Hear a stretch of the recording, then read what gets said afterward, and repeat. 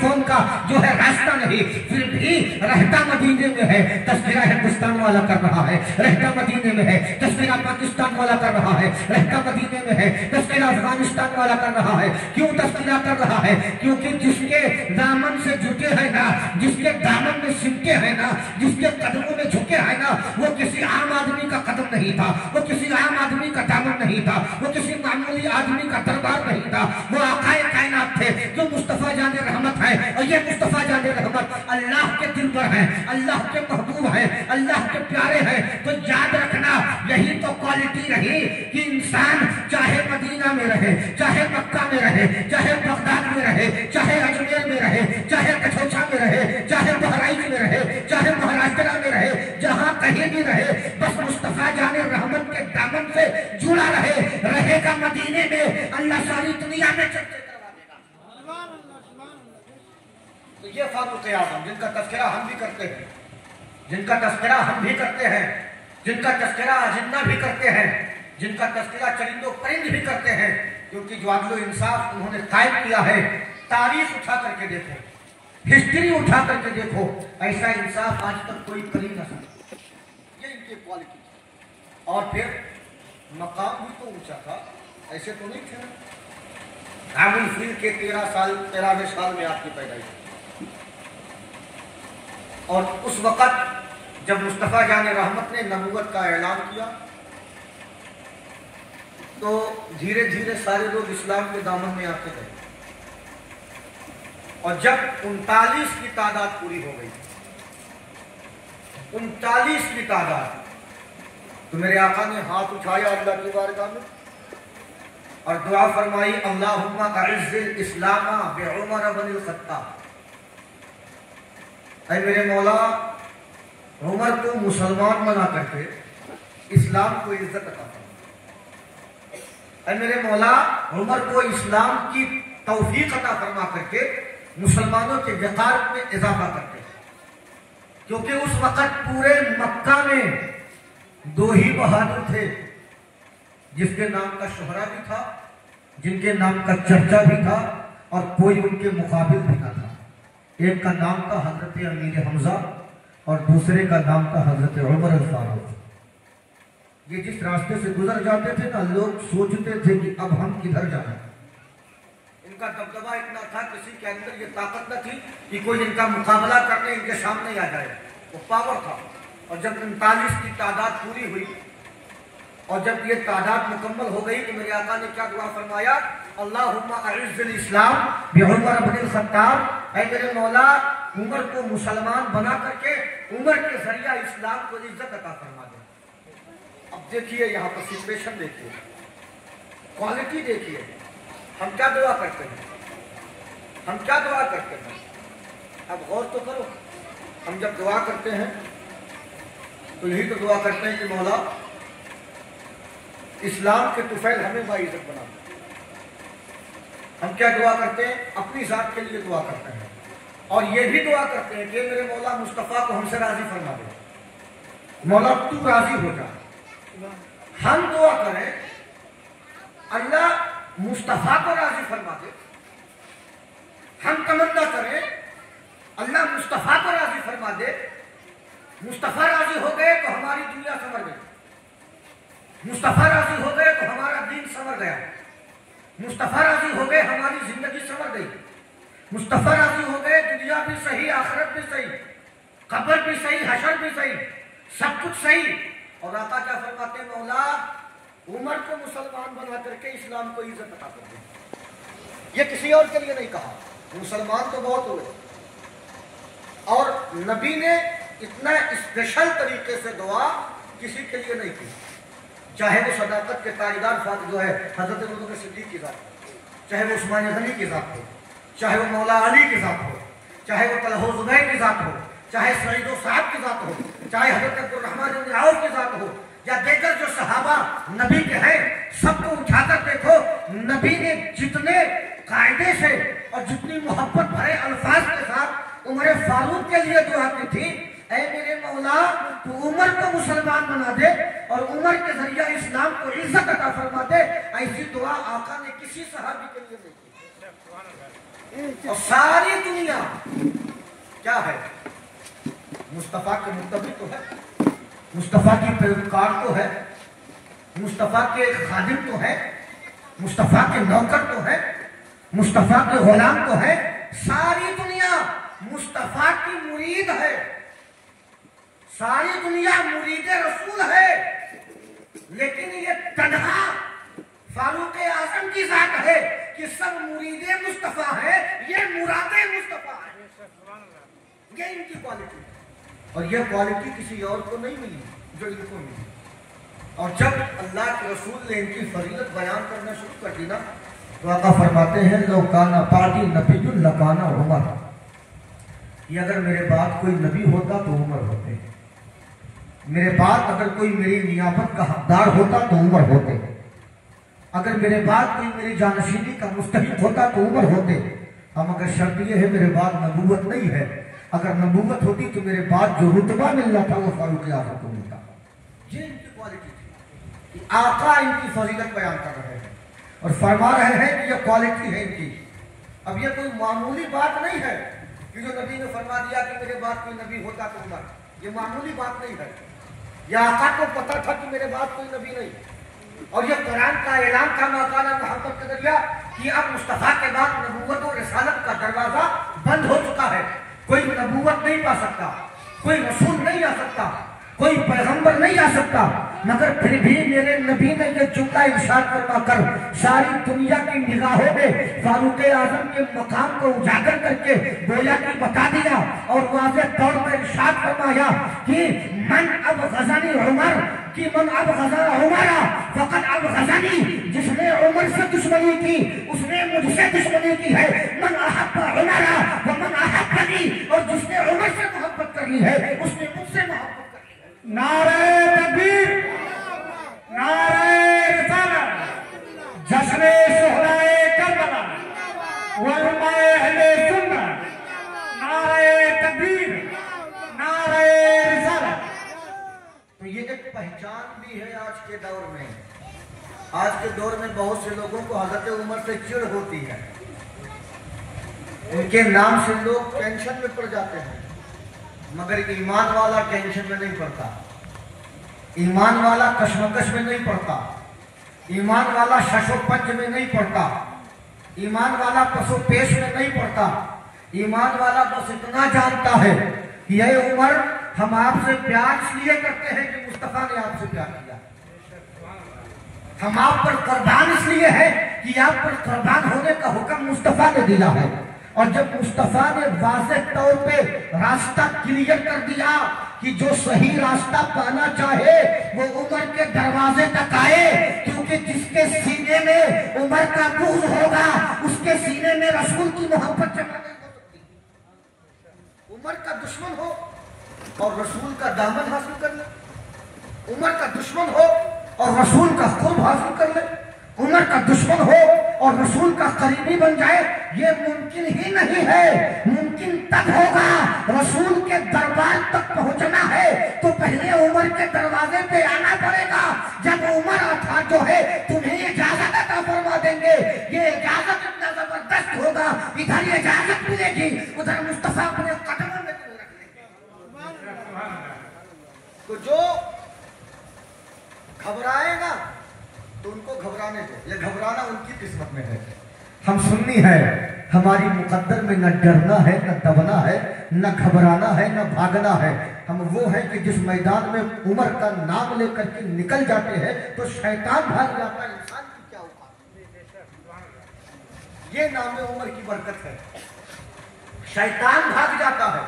اور میرے آقا نے کیا فرمایا تھا کہ میں اپنی نگاہ نبوت سے مشاہدہ کرتا ہوں کہ جو عمر راستہ طے کرتے ہیں، مدینے کی گلیوں میں چلتے ہیں یا کہیں جاتے ہیں تو اس راستے پر نہ تو اجنہ کے شیطان آتے ہیں نہ تو انسان کا شیطان آتا ہے.